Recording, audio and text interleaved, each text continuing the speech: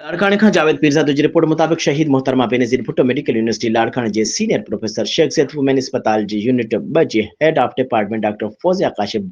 दिल जो दौरो पवण सबबि वफ़ात करे वई आहे, जंहिं जी जनाज़ निमाज़